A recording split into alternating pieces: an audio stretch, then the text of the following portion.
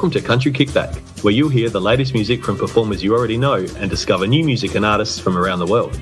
If you have an artist you'd like us to chat with, reach out to the team at countrykickback.com, or you can watch our live videos and more by following us on social media and YouTube.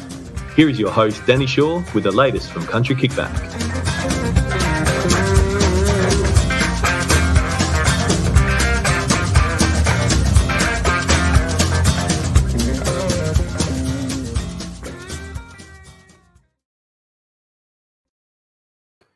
Hello. Monday night, first day of the week. What's your week looking like so far? I've had a very busy day. Helped my gran this morning and got a few things done, and then started to get ready for this week's worth of shows because we've got lots to bring to you. So let us know where you are, what you're doing, where you're watching from.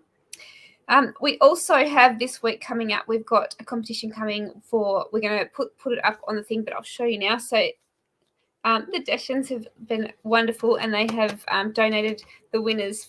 They're celebrating the 50th anniversary of the Country Music Awards Australia. So we're going to pop that up on the page and have a competition, but we'll probably draw it around the time Tamworth is on. So keep an eye out for that, and we'll try and pin it to the top of the pages. And tonight is actually our first night going live to Twitter as well. So if you're watching from there, let us know what it's like and in what you can see, because I haven't done it before. We might welcome Rich into the room. Hello. Hey, Danni, how you doing? I'm great. How are you? Not too shabby at all. Thanks. Thanks for giving me the opportunity to have a chat and to be on Country Kickback. Thank you for coming to it. And as I said before, tonight's our first night live to Twitter, so I don't know how it's going to go, but we will soon see. Does that mean we've got to keep our length of our sentences to 120 characters? That's right. I don't know how it's going to work, but we'll try. I've never posted there. I'm so lucky. I've got so many people helping me that they're doing it for me. So I'm going to have a go, because I'm going to watch it when we finish and see what it looks like on Twitter, see what everyone else can see. Super. So let us know where you're watching from and what you've been up to for your Monday. You have had a bit going on. You've just released Love Someone, actually 25th of February. But I want to go back a little bit, if that's all right, before we talk about that. Can you tell us a little bit about music and why you got into music, and how old you were when you started and what you like about it? For sure. I'll give you the abbreviated version, because otherwise it might go on a little longer. Well, Twitter won't let us, yeah. Yeah, we don't do the day-by-day thing, yeah. But I've always seemed to have played music, and it's partly, I think, because my mum was an absolutely fabulous singer, and she used to play a lot around town. I'm from England originally, as you probably tell by my accent. And my mum used to sing around town, and actually my first gig was when I was about 10, was backing mum playing guitar in the local chapel. I was chapel in the country on the road, so I got to play mum, and mum was singing Kumbaya, and I think it was another Joan Baez track or something, and that was my first show I got to play with her, and it was so fabulous. And pretty much through my life, growing up, with my brothers, I got the opportunity to go see mum like perform in sort of choral things and all sorts of solo stuff too. So not only did I love performing with mum, which was the first, I just knew from there that I really wanted to do music, and it was something that was important to me and something I loved. So I've stuck with it. It started for such a young age. It was, you had no chance, did you? You had to do it. Yes, it was yes. So what have been your influences? Obviously your mum. What other influences do you have? My cats are about to start fighting because they've just come out from under the bed and I can see them. So you're going to hear a screaming cat in a moment, I reckon. So what were your other influences around music, and what genres do you really like listening to? Well, it's interesting, was it? It's like we're on a country show, and really, I didn't actually realize. Having said that, my dad was huge into Johnny Cash and that kind of stuff, and I got to hear about that, and Charlie Rich, and that kind of thing. So, I mean, I got to hear a lot of those records early. I never really thought I was really that of a country. I'm sort of an accidental alt country person, I think. But I never realized that I actually that's what I did. It kind of. I think we're so lucky. We always say with country music, it's such a broad genre, but we're starting to have lots of different people from all sorts of musical backgrounds and music releases. So it's really exciting to have, a broader range rather than just country on the show. So we like that a lot. And in Australia, I think we're getting better at not just liking one genre. We like to like good music. Doesn't matter where it's come from or what it is. Yeah. Totally. I'm quite happy to be there. Don't get me wrong. I'm really pleased about it. But I think when I was writing it, I didn't realize. So the last album I put out was called Le Rayon Vert, and it ended up winning like 2019 Best Alt Country Album in the Independent Music Awards, right? It was only then I realized, actually, maybe I am alt country. This is what it is. Definitely. I just thought I was writing songs that I like, but kind of maybe I fit. I'm quite happy to be there. That's the best thing, writing songs that you like, not writing them to fit into something. I like that. Now, Love Someone, you released it on 25th of February, so it's been out in the world for a little while. Tell us, have you got to play it to anyone live yet? Is it something that is, have you had it out and had a bit of interest? Yeah, well, yeah. Have I got to play it live? No, not yet. And I will be doing one this Sunday. Yeah, I'm playing at a show with Emily Martin at Brunswick Artists Bar this Sunday, and we've actually been playing the track for the first time there, which is really cool. And, that is really exciting. Yeah, and it's a song that was written last year, and it was kind of like around kind of. I didn't want to be particularly preachy, but it's always troubled me a little bit with this whole way that we treat asylum seekers and refugees, and I think we're pretty harsh here, and they turn up on our shores, asking for our help, and we just stick them in mandatory detention. And I thought it was a bit harsh, and I thought it's not that I think everyone's horrible there or anything like that. No. I just think people just don't realise this is going on, and all I wanted to do was write a song that kind of threw a bit of a light on the topic rather than saying, look, we're being horrible here. And that was the idea behind actually the song and the video we ended up creating, was around telling that kind of story. So yeah, it was that's where it came from. So that was the idea behind the song before you started writing. How long did it take you to write this song? When did you write it? Is it recently written? Early last year. It was I had a sporting accident. I thought I was 10 years younger than I was, and I was pretending I thought I was Maradona, right, dribbling around the I've got a couple of little kids, and I was playing with them and having a great time, and I was dribbling the football in the park, and I did kind of like tried to do a feint, that you go one way but the other. I did that, and I basically tore my calf muscle. I got like 4 or 5 weeks of enforced sort of sat in this music room here, and I thought, well, you know what, this is a great opportunity. I should use this to do something. The universe was forcing you to write, allow you time to write. Wow. And muscle injuries take longer than bones to heal, don't they? It was painful for a long while, hopping around with crutches. But I mean, the song itself didn't. I mean, I find if the song takes a long time to write, generally they're not that good. And also, I think too is you kind of need to finish them there and then, otherwise you end up with kind of like a pile of sort of songs which have got, a really good chorus line or something. And they never get done. Just sits there, never ever finishes. Yeah. So just through. So you sat down and you did this in the time that you were off. What's the reason that you've decided to release it now? Do you feel it's just the right time to release this song, or what was your reasoning? Yeah, that's true. Well, you've seen the video as well, haven't you? It's an animation. Yes. Which it was done by a great guy called Matthew Laws, who I've worked with on a few videos before. The animation, as you probably know, takes quite a while to put it. It would, yes, but it is really well done. It's great fun to watch. Yeah.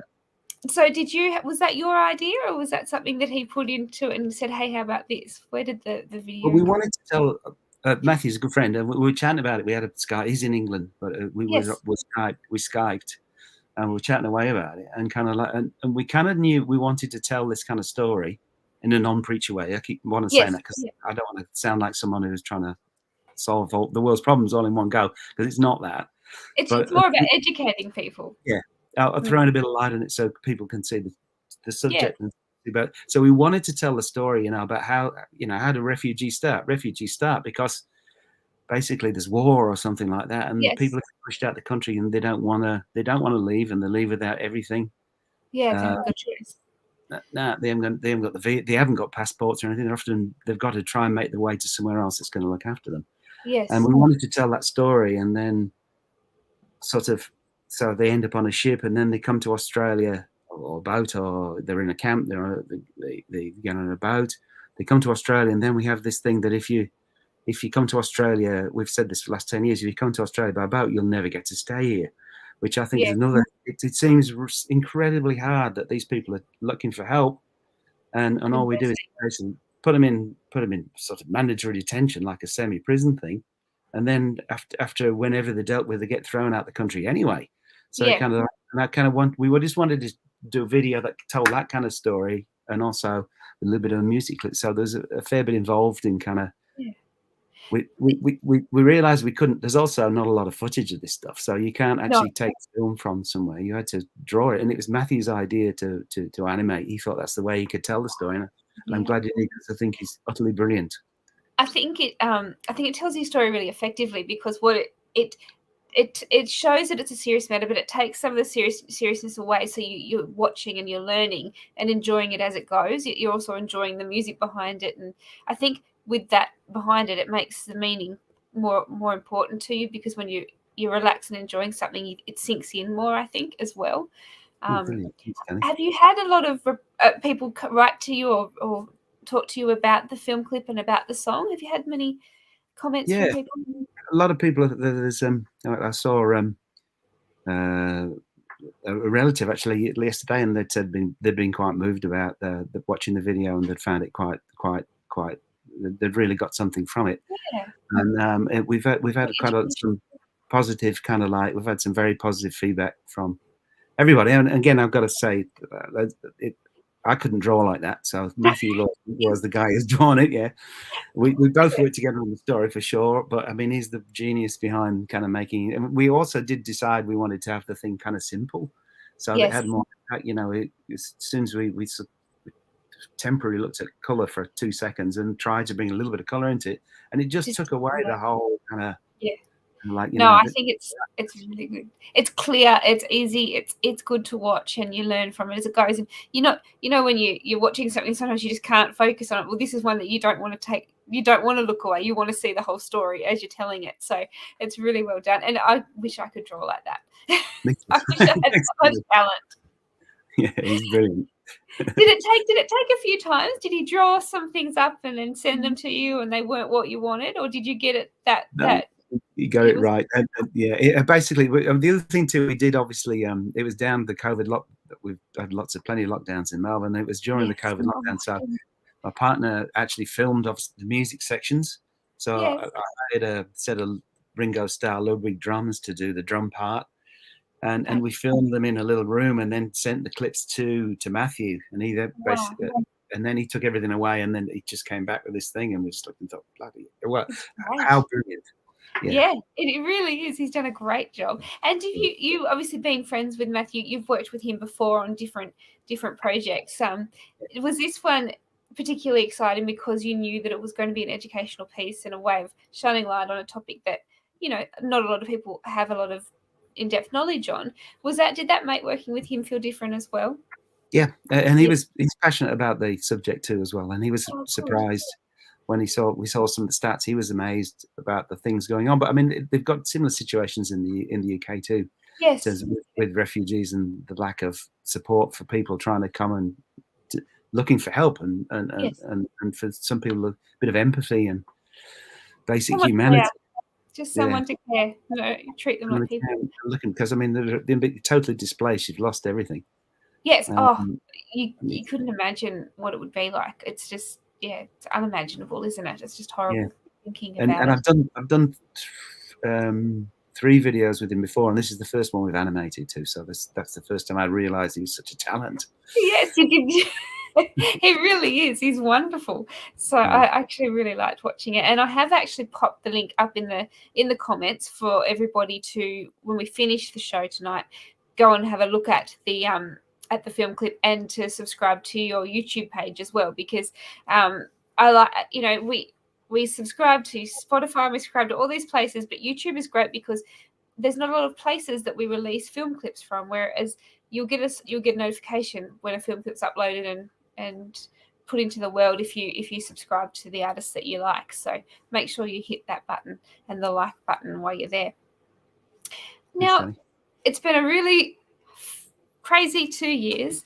What are your plans for 2022? Are you going out on the road? You've got more music you're going to release. What are you thinking at the moment? As long A as bit of nothing all of changes. that. A bit of all of that. I mean, the first thing I really want to happen is I want things to get back to where we were before all this nonsense happened two and a half years ago. And it feels as we briefly chatted about. I was out on Friday night watching a friend's band just around the corner, and it felt for the first time in a long while I was out. There's a tingle in the air. People, the pubs were brimming, music was playing, and it really felt like the restaurants were full too. It felt like we're all back in town finally, and things are happening. So yes, have you managed to stay safe during this time and keep away from the COVID? Yeah, so far. Yeah, Touch wood. exactly. Touch something. Yes. So, are you heading to Tamworth? No, I'd love to be, but I do have a load of new music coming out later this year. So there's probably going to be another single in 6 weeks' time. Oh my goodness! And then hopefully an album probably by mid-year, which we're just trying to put the finishing touches on it. So we're pretty excited, and I've got 3 or 4 shows coming up in the next few weeks, and then hopefully we'll just get back to where we were before and loving life, and playing lots of music, and getting to meet a lot of people we haven't met before. It's good. That's the beauty about music, isn't it? We get to meet so many people wherever we go, and there's some amazing stories that come when you just meet somebody and different things. So for songwriters, it's just such a great way to learn and see things. So you were saying that you sat down to write this song after you'd had an injury, but for that with COVID, did you find that harder to write? Because some people found it really easy to write a lot throughout COVID, and other people found it quite hard because they didn't have the weren't going out and getting the inspiration ideas and I don't know, we had, obviously I'm in Melbourne. You were lots of lockdown. We had a lot of lockdowns, and I was up, and me and my family were up and down at various times, so kind of it wasn't kind of a smooth ride. I mean, there was a bit of fun early on, kind of when you felt like it's almost like you're in isolation and stuff, and you all sort of cook strange things just because it's fun to do, and there was a bit more time to do it. And then as things got cancelled, I did find it a little bit kind of distressing, because there was a time, and I don't know how you felt, Danny, but there was a time there sometimes we didn't know when we were coming out, and it kind of felt like too long. There wasn't a light for a long time at that end of that tunnel, was there? Because it just kept getting moved every time that you guys thought you were getting out, and it was really hard for everybody, especially for I'm a nurse, so I was not in lockdown. I had to go to work no matter what we did, and I had to come back, and we were still doing Country Kickback shows. But from a person that was exhausted throughout COVID because I was working, it was awful, because you'd go to town where there'd normally be flat out and shops open and cars everywhere. It was really eerie driving just home from a shift, and I could only imagine what it was like for you guys in Victoria, because it was months and months of just continuous, we're getting out, no you're not. We're getting out, and then they take it away. It's just as horrible. So you guys have been very strong. Well, no, but I'm also going to say hats off to you. I mean, I think everyone realizes now how important the whole medical system is, and nurses, and how valuable they are to.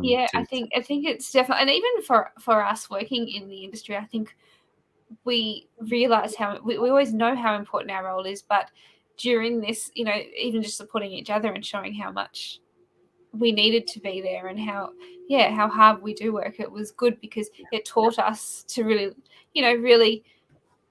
we take so much for granted when we go to work. When there's not, before COVID, we'd go to work. You could catch something, but it wasn't as scary and as cautious as we have been with this. So it taught us all, I think, to be a bit more grateful. So, yeah, totally. Yeah, which is good. So you're heading out on the road. Where is the best place for us to keep up to date with your new music and tours and tickets, where they can get tickets for your shows, that sort of thing? Yeah, so I do have a website, which is rich-webb.com, and there's also obviously Facebook, which is Rich Webb Music. Instagram, which I think is the same, and they're probably the best.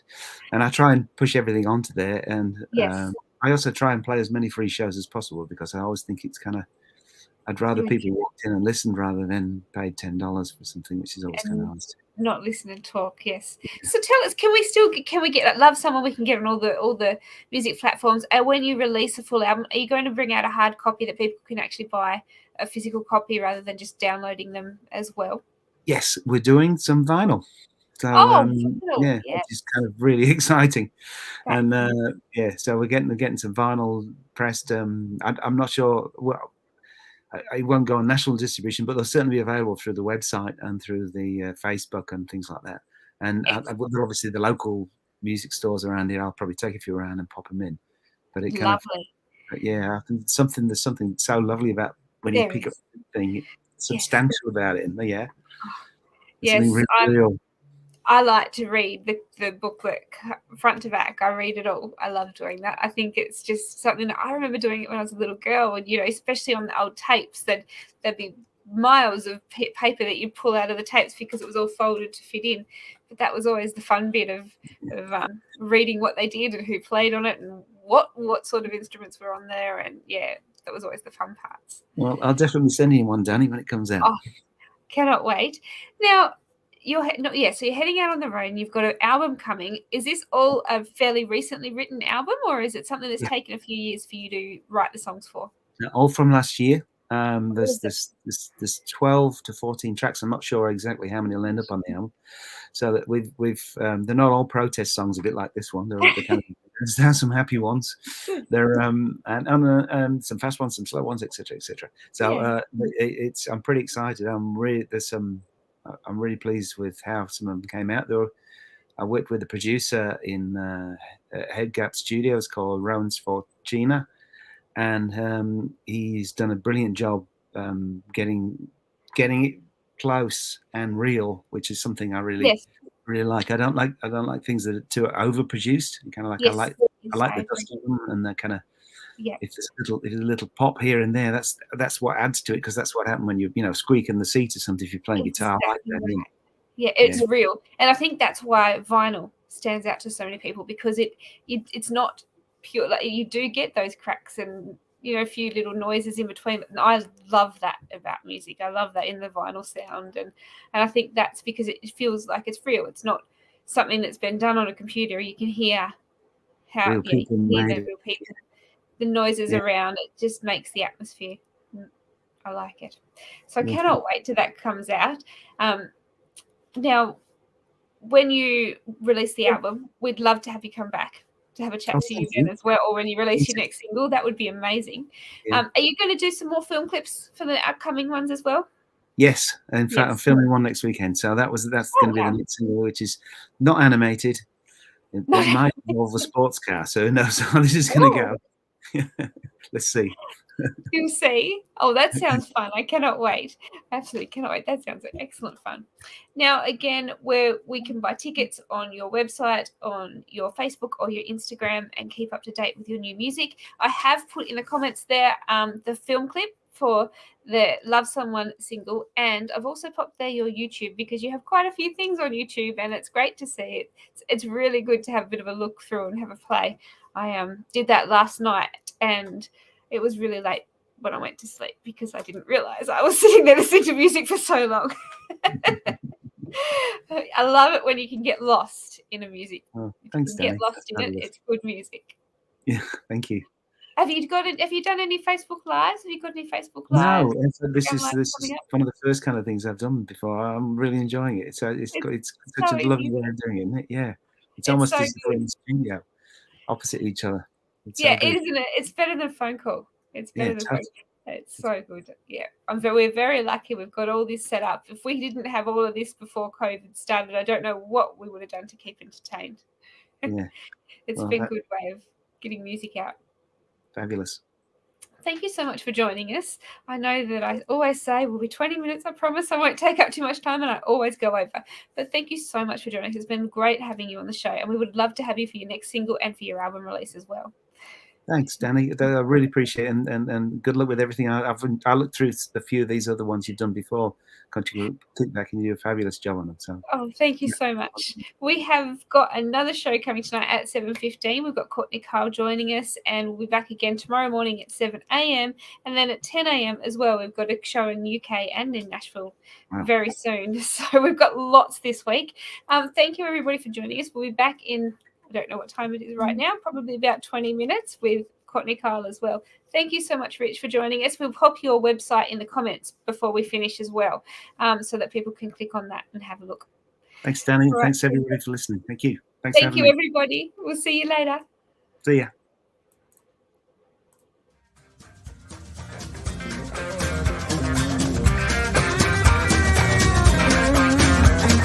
Thank you for listening. We hope you've enjoyed today's program. See you next time with the latest with Country Kickback.